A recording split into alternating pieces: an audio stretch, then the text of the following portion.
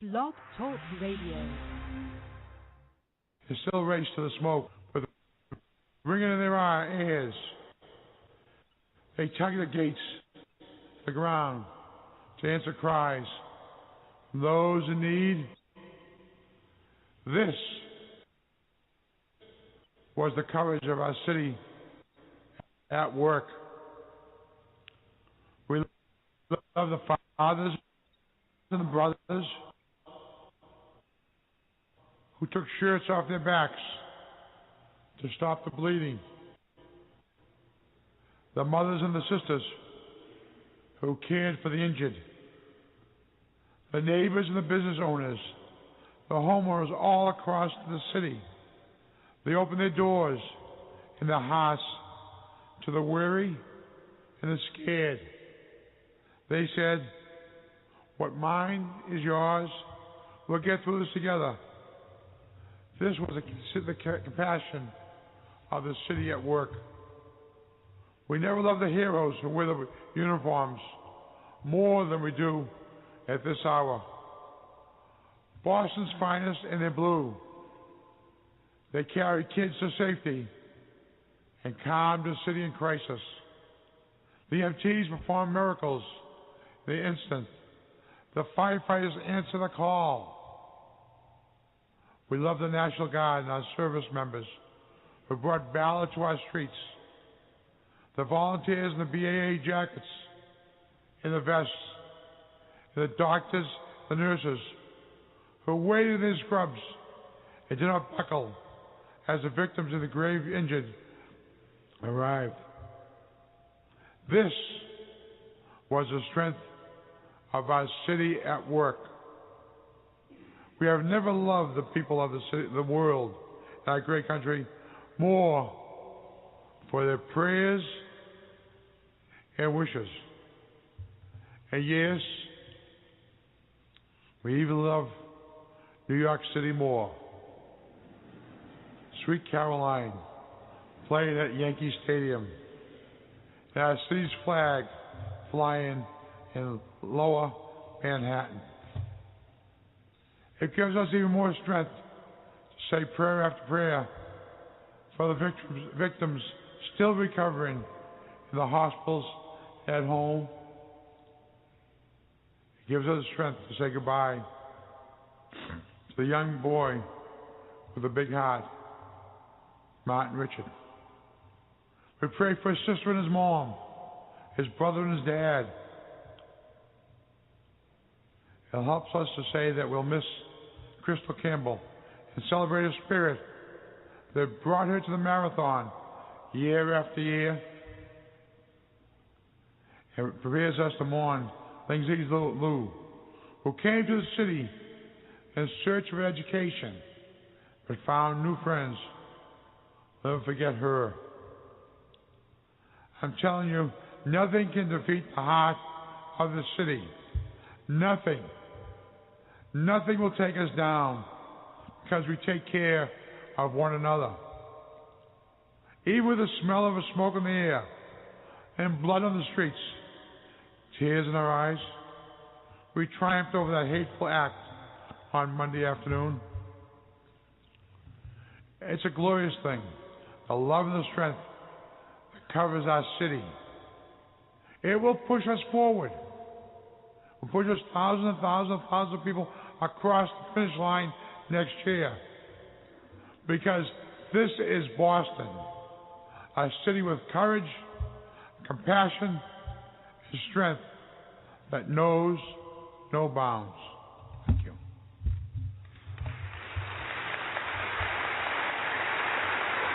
Mayor Thomas M. Menino, the longest sitting mayor of the city of Boston, speaking beautifully of the indomitable spirit of this great city and the great contributions of the police, fire. The title of this episode is President Obama to Boston. You just heard from the mayor of Boston, Thomas Menino. He's been the mayor for 20 years. He's 70 years old. We'll go to an edited version of President Obama's speech in a minute, but we'll first catch up on some other events in the news in the U.S. and in the world. First of all, the Ricin bomber.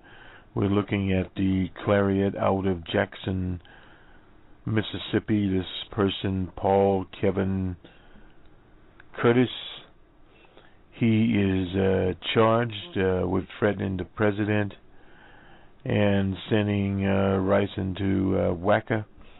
Senator Wacker, who is the senator from Mississippi. Also, Senator Wacker had hired him as an Elvis impersonator. It does not get any more bizarre. He denies the charges, but yet at the same time there is innuendo that he has mental illness issues.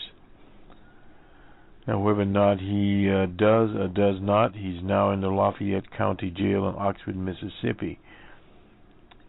Ricin's is one of these compounds that's very deadly, hard to get. Is this man a patsy? Stay tuned for that episode as it goes along. But nonetheless, the other item here is that the Syrian government has been accused of using chemical weapons. Now, the Syrian government accused the counter-revolutionaries there in Syria of using these nuclear chemical weapons there. One of the problems when you have something of this nature is that this is France and the UK. But can they be trusted as quote-unquote honest brokers? The answer to that is no. With their history in these matters, in intelligence matters, their participation in Libya and other places, their counterintelligence agencies, etc., their historical presence in that area where Syria is, it is one that people definitely have blood on their hands. Now, the UN has to be very, very careful under this character, Ban Ki-moon, not even given a semblance of being, quote-unquote, an honest broker. The UN was caught when it was created in the 50s in the Korean conflict. They sent troops there under a sham. It was basically the U.S. and their allies. The same thing happened in the Congo with UN missions. And various other so-called UN missions have been tainted. They were basically front groups for the powers to be. So that one has to be very careful of.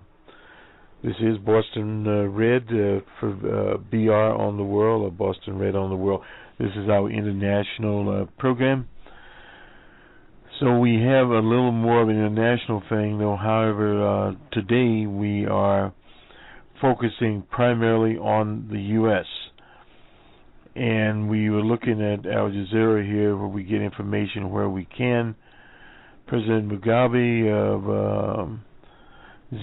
of Zimbabwe has said he will not accept foreign interference during elections later in the year. He has been the president there for the 33 years of Zimbabwean independence, and he said the Western leaders, the same basic gang of operators that are in the Syrian situation, should let the nation's people determine our own destiny and defend the country's independence without interference. Interference in our affairs will never be accepted, he said, while calling Zimbabweans to conduct themselves honorably during the election, which will be held anywhere from late June to September. Dr. Mugabe, urged people to vote peacefully and said the nation has an obligation to uphold and promote peace before, during, and after the upcoming poll that will mark the end of the country's coalition government with his former rival Morgan Tsvangirai. The country is now due to hold harmonized elections, and I wish to urge the nation to uphold and promote the peace. the president's party, the ZANU-PF, that is President Mugabe's party. That's the Zimbabwe African National Unity Party.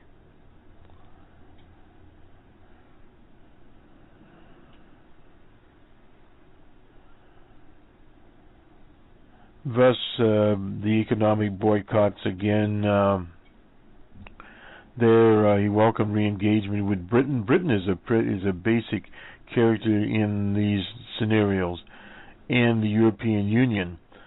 They tried the economic tactics did not work.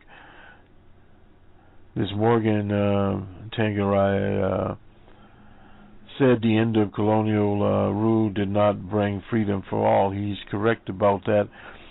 But unfortunately for this character, he just turned out to be nothing more, Tsvangirai, it is, a patsy. So we look at what happened in Boston. Domestic terrorism in the city of Boston is an unfortunate situation, but the city will survive and has survived. And as President Obama said, the 118th run will go on. But this is more than just a run. Violence of this nature does not just pop up. It has an internal component. It has a philosophical component. Dr. King talked about that, so we won't labor on it at this point in time. However, what we will say is there are domestic markers out there, such as a debate over gun control and the use of quote-unquote guns. Guns are not used in piecework. They are used as tools in violent actions. Thus, this whole campaign over the guns is something that is meant to be part of the culture, part of the grandizement of violence. It's not about hunting. This is about people keeping guns and hoarding guns, as a case came out of Texas involving the district attorney there who was killed. Some former justice of the peace is indicted there. They found 20-something guns in a storage locker. What does a person need with 20-something guns? Evidently, if the evidence is credible, he did use the gun on the DA and his wife are both under indictment on capital murder charges. And then, of course, we have the explosion at a plant in Waco, Texas. Over 160 people injured. Anywhere from 4 to 15 people are dead in the town of West. But these things do happen, and this plant has had trouble in the past. We look to the Waco Tribune, and it is a bloody mess. Texas Perry, the governor of Texas, was there. The ATF is handling the investigation. Texas Perry, that is, in McLennan County, emergency disaster declaration, and so did President Obama. But this will be, they figured, 6 months to look into it. Does it have any connection in any of these other horrendous crimes happening around the U.S.? Very hard to tell. But as the poet from the Bay Area, in his eloquence, Ishmael Reed, said that nothing, effectively, and I'm paraphrasing him, is not done in a vacuum. We have suicide bombings, we have drone bombings, etc., across the world. Many of those acts perpetrated by the U.S. and its allies. There's no doubt about this. There's historical reason for that. We celebrate in the U.S. so-called warriors from Vietnam was an unjust war. So-called warriors from Iraq, an unjust war. Afghanistan, an unjust war. And not only that, unnecessary war. So when we have these kinds of things in our history, in our fabric, and in the so-called nation's morality, I'm not talking about the people's morality. That could be debated if there is any such thing as morality. We at this mic would say that this whole term morality has been literally perverted over a century. It has been basically the domain of the religious authorities, and we can look at their history, and that will explain to us what that is all about. We need go no further on that.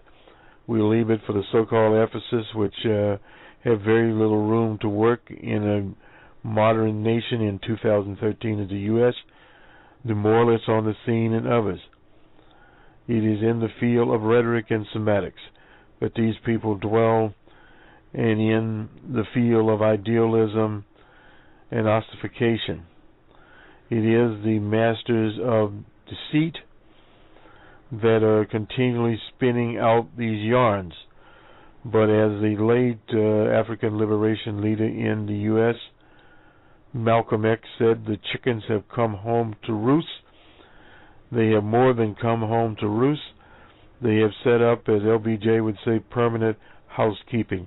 This is Boston Red for Boston Red on the World on the 18th day of April 2013. On to President Obama speaking in Boston. Good day.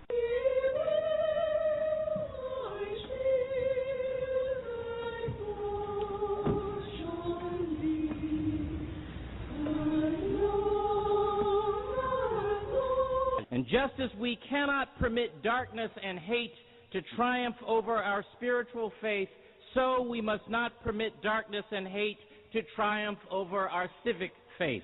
That cannot happen, and it will not. And so we will recover and repair. We will grieve our losses and heal.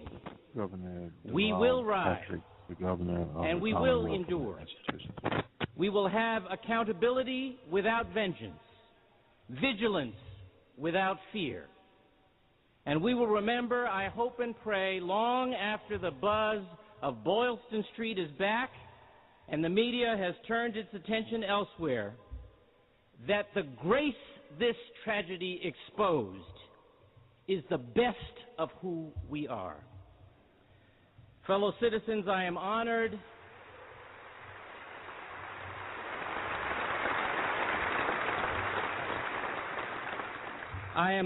and humbled to welcome our friend, our leader, our Commander-in-Chief, the President of the United States. Hello, Bob. Scripture tells us to run with endurance the race that is set before. Run with endurance the race that is set before us. On Monday morning, the sun rose over Boston.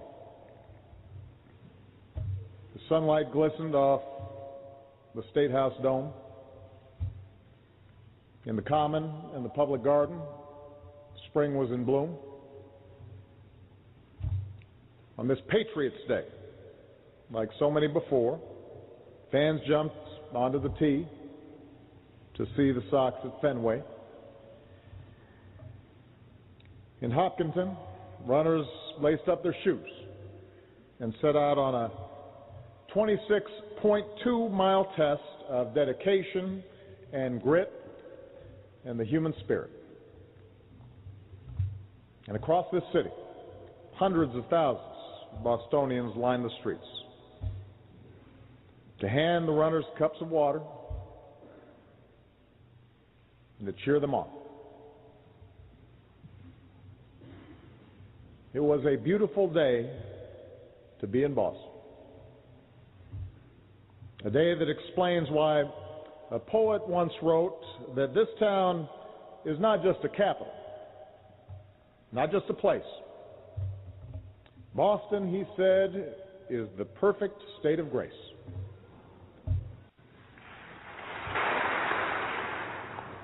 And then, in an instant, the day's beauty was shattered. A celebration became a tragedy. And so we come together to pray and mourn and measure our loss. But we also come together today to reclaim that state of grace, to reaffirm that the spirit of this city is undaunted, and the spirit of this country shall remain undimmed. To Governor Patriot, Mayor Menino, Cardinal O'Malley, and all the faith leaders who are here, Governors Romney, Swift, Weld, and Dukakis, members of Congress, and most of all, the people of Boston and the families who've lost a piece of your heart. We thank you for your leadership. We thank you for your courage. We thank you for your grace. I'm here today on behalf of the American people with a simple message. Every one of us has been touched by this attack on your beloved city. Every one of us stands with you. Because after all, it's our beloved city too. Boston may be your hometown, but we claim it too. It's one of America's iconic cities. It's one of the world's great cities. And one of the reasons the world knows Boston so well is that Boston opens its heart to the world. Over successive generations, you've welcomed again and again new arrivals to our shores. Immigrants who constantly reinvigorated this city and this commonwealth and our nation. Every fall, you welcome students from all across America and all across the globe. And every spring you graduate them back into the world, a Boston diaspora that excels in every field of human endeavor. Year after year, you welcome the greatest talents in the arts and science, research. You welcome them to your concert halls and your hospitals and your laboratories to exchange ideas and insights that draw this world together. And every third Monday in April, you welcome people from all around the world to the hub for friendship and fellowship and healthy competition. A gathering of men and women of every race and every religion, every shape and every size. A multitude represented by all those flags that flew over the finish line. So whether folks come here to Boston for just a day or they stay here for years, they leave with a piece of this town tucked firmly into their hearts. So Boston's your hometown, but we claim it a little bit too. I know this. I know this because there's a piece of Boston in me. You welcomed me as a young law student across the river. Welcomed Michelle too. You welcomed me.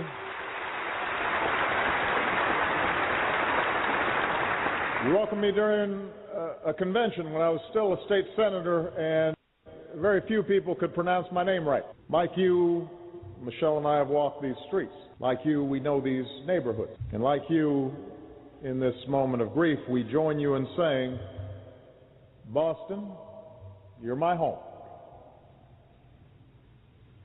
For millions of us, what happened on Monday is personal. It's personal. Today our prayers are with the Campbell family of Medford. They're here today. Their daughter, Crystal, was always smiling. Those who knew her said that with her red hair and her freckles and her ever eager willingness to speak her mind, she was beautiful. Sometimes she could be a little noisy, and everybody loved her for it. She would have turned 30 next month. As her mother said through her tears, this doesn't make any sense. Our prayers are with the Liu family of China, who sent their daughter Lingzi to BU so that she could experience all that this city has to offer. She was a 23-year-old student, far from home, and in the heartache of her family and friends on both sides of the great ocean, we're reminded of the humanity that we all share.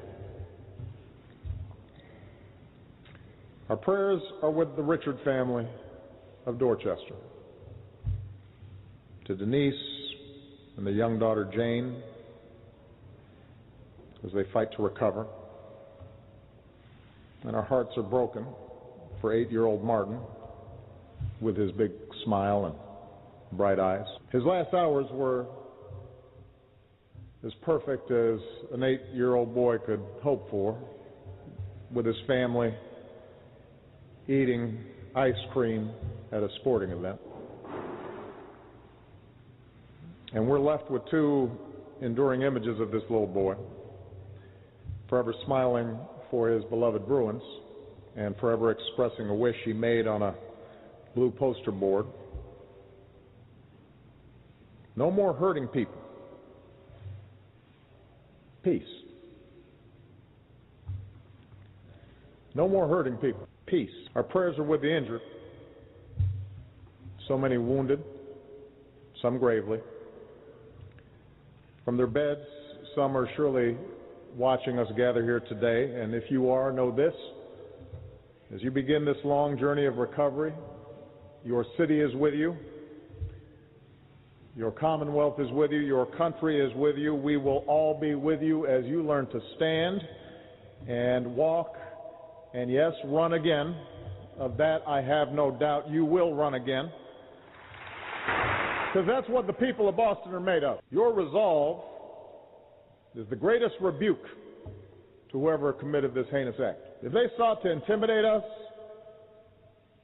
to terrorize us,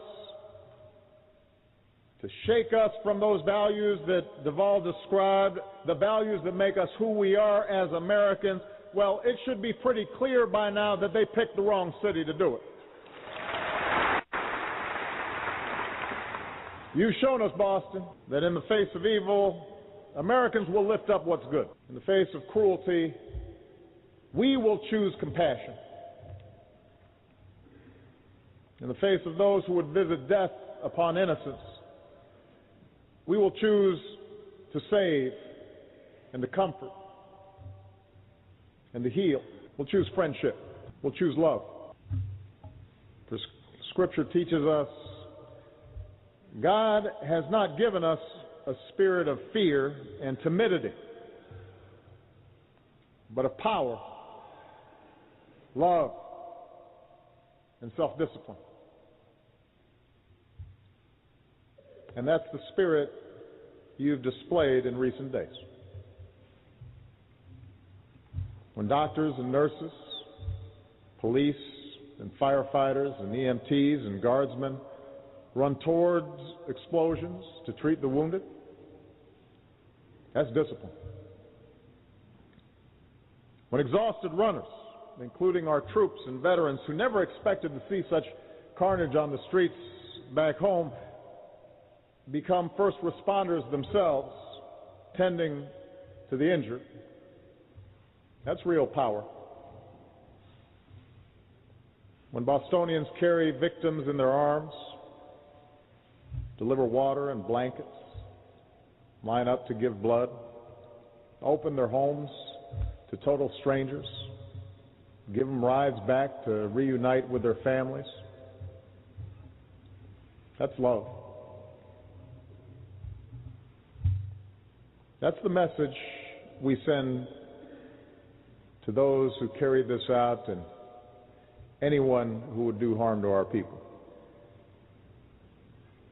Yes, we will find you. And yes, you will face justice.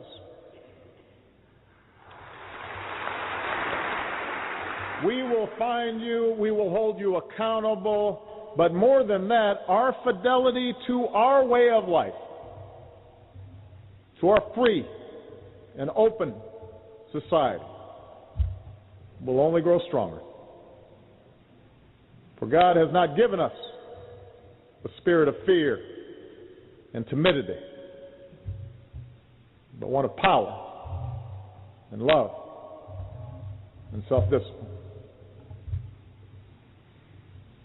Like Bill Ifrit, 78 years old, the runner in the orange tank top who we all saw get knocked down by the blast, we may be momentarily knocked off our feet. But we'll pick ourselves up. We'll keep going. We will finish the race. In the words of Dick Hoyt, who's pushed his disabled son Rick in 31 Boston marathons, we can't let something like this stop us. This doesn't stop us. And that's what you've taught us, Boston. That's what you've reminded us, to push on, to persevere, to not grow weary, to not get faint, even when it hurts. Even when our heart aches, we summon the strength that maybe we didn't even know we had, and we carry on. We finish the race. We finish the race.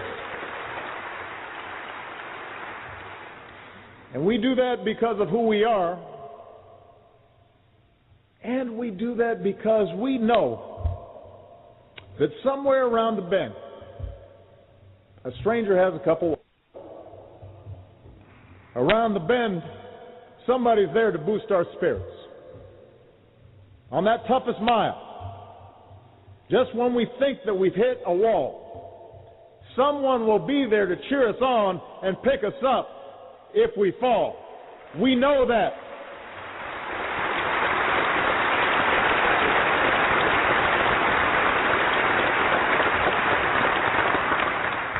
And that's what the perpetrators of such senseless violence, these small, stunted individuals who would destroy instead of build and think somehow that makes them important. That's what they don't understand.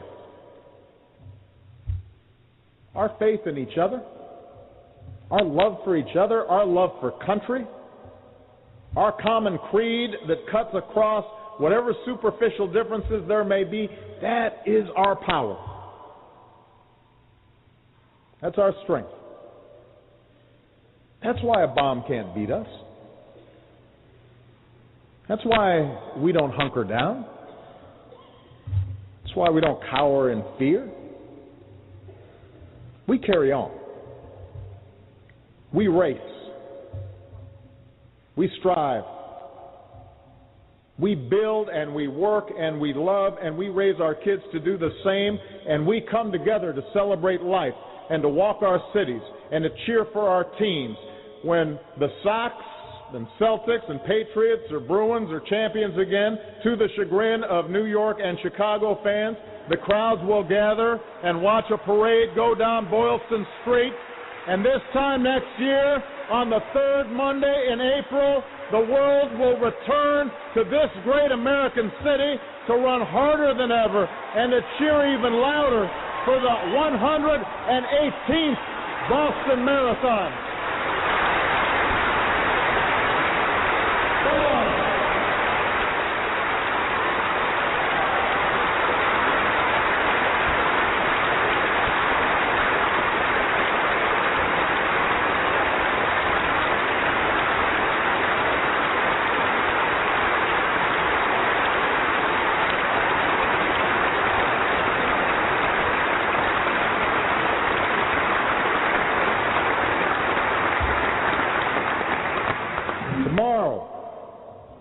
The sun will rise over Boston. Tomorrow, the sun will rise over this country that we love. This special place. This state of grace. Scripture tells us to run with endurance the race that is set before us. As we do, may God hold close those who've been taken from us too soon. May He comfort their families, and may He continue to watch over these United States of America.